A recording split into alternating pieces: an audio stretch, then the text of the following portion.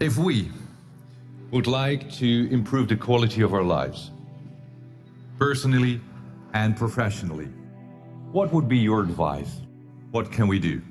What is most important? Well, the most important thing is self-esteem. The people that we read about, the people that we admire, the Elon Musks, the Steve Jobs, the Warren Buffetts, etc., all have one thing in common. They have extremely high self-esteem. Of course, you've heard me say this before, self-esteem is built the first 7 or 8 years of life. And unfortunately, we're with our parents the first 7 or 8 years of life.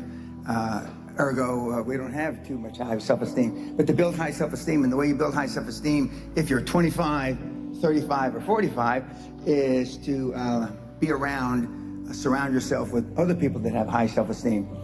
Show me your friends and I'll show you your future. And so you can reverse your childhood by who you associate with. How do you do that? Well, you find people that are where you want to be, but they're already there. You're 22 years old, you're 32, you're 41 years old, and there's a guy or a gal who's 45 years old who is where you want to be. They've accomplished a lot of things. If you're into, they're saving the world, they're using their money for good causes, go associate with those people, be around those people. And they're easy to find, but they're not gonna knock on your door. They're not gonna come to your apartment or your flat and ask you, oh, can I help you? And the best tool I've ever seen, it's like it was designed for this, is LinkedIn. It's the best social media tool for what we're discussing.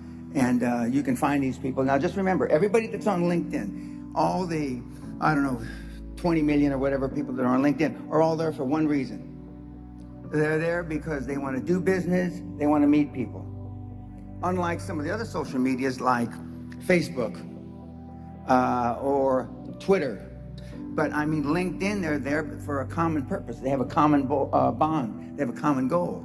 They want to expand their horizons, and it's a great tool. I had self-esteem. I didn't know till I got grown up and was an adult that everybody didn't have self-esteem. I didn't understand that. I didn't realize that everybody didn't have self-confidence. I didn't realize that everybody didn't have self-worth. Gallup did a poll in 2016, worldwide, 87.6% of all the people on the planet. We'll just round it off. 87% of everybody that walks the face of the earth, 7.65 billion people, are unhappy. The high-performance people, the one thing that they all have in common is they're hungry. Hungry for a better life. Hungry for change. Hungry for the tough love their parents didn't give them. So is that what it needs? You have to be hungry, you need to feel the pain? Growth only comes through pain. No pain, no gain. It's the same in life. If love got the job done, you wouldn't need podcasts, you wouldn't need seminars. It doesn't. Tough love gets the job done. But being liked doesn't get you a raise when you're working for whoever you're working for. Efficiency, accountability. Most people that come to seminars are there because they weren't held accountable when they were growing up. What is your definition of a high-performance person? Being all that you can be every day. 24/7, 365, being all you can be. I asked the question a couple days ago. How many of you can raise your hand, but how many of you have kids? Don't raise your hand now. How many of you would like to have your kids grow up just like your parents? You know the answer, don't you? Close to zero. Because they were shitty role models. Now, I'm not going to ask the second question. How many of you would like your kids to grow up and be like you? But being a high-performance person is a full-time job. I'm like this when I wake up in the morning to brush my teeth. I'm like this when I brush my teeth before I go to sleep. I'm like this 24/7, 365, and I've been like this for the better part of 50 years. I'm always like this. I'm always pushing the edge of the envelope. But the sun is going to gobble up the earth in about between 7 and 11 billion years. although I'm planning on living a long time, I'm not going to live quite that long. But just work hard. I don't know any other thing than hard work. And hard work is out of favor now. It just is. But I'm a dying breed. I'm a Neanderthal. I understand that. I'm sad to say that because I know it's a sad commentary for the human race. Because you're not willing to make any sacrifices to be high performance. I still work 50, 60, I don't consider it work. I still work 50, 60 hours a week. And I haven't had to work in 35 years. So the bottom line, you're not willing to do anything. You're not willing to sacrifice anything to be a high performance person. It sounds strange in hindsight. I found making $450 million easy. Easy. And I wanted to do something more with my life. And so when I got into the financial coaching, I wanted to change the fabric of financial coaching, which I have.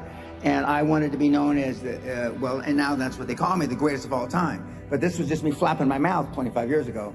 Now I am the greatest of all time, vis-a-vis creating wealth through people like yourselves. And I wanted to leave that legacy. And I wanted people like, I'm from the barrio, I'm a real rough background, been in jail 5 times, did a lot of ugly things. But I'm glad it happened to me because I know what the other side, like some of you have never been kicked in the teeth. I know what it is to be kicked in the teeth and my teeth be on the pavement. I know what that feels like. I know the humiliation. Forget the pain, you get over the pain. I wanted the poor kids to understand that they had a methodology, there was a methodology used by one of them that was once poor and got in a lot of trouble. You can do it if you want to do it bad enough. The operative part of that little description is if you want it bad enough. Muhammad Ali, arguably one of the greatest fighters ever, he was talking since he's 14, 15 years old, I'm the greatest. Before he ever had a professional fight. My father said, if you've got something in your mind, it should come out of your lips. The squeaky wheel gets the grease. And you've been taught all your life not to ask. You've been trained, keep your head down, don't embarrass yourself, don't embarrass the family, don't say things that may not happen. And I do just the opposite. I tell you to set goals beyond your lifetime. I tell you to set goals as soon as humanly possible. When kids come to me, they want to make 1 million, 10 million, and then when they've made 100 million, they say, Mr. Pena, we would have never, ever dreamt that we could create 100 million until we met you. You will never exceed your highest expectation. You will never exceed your highest, craziest thought. Never. That's a guarantee. But kids, you can have whatever you want.